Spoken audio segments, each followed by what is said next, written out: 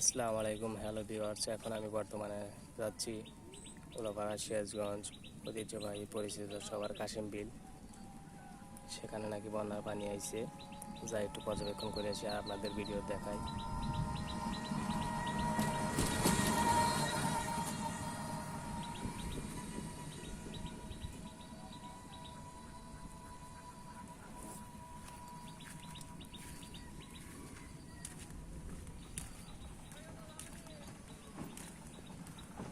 বর্তমানে কাশিম বিলের আবহাওয়া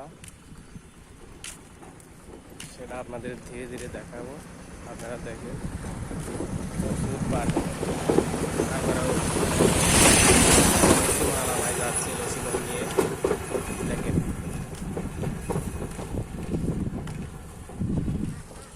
পানি আর পানি। এই যে এই দিকটা শুকনো,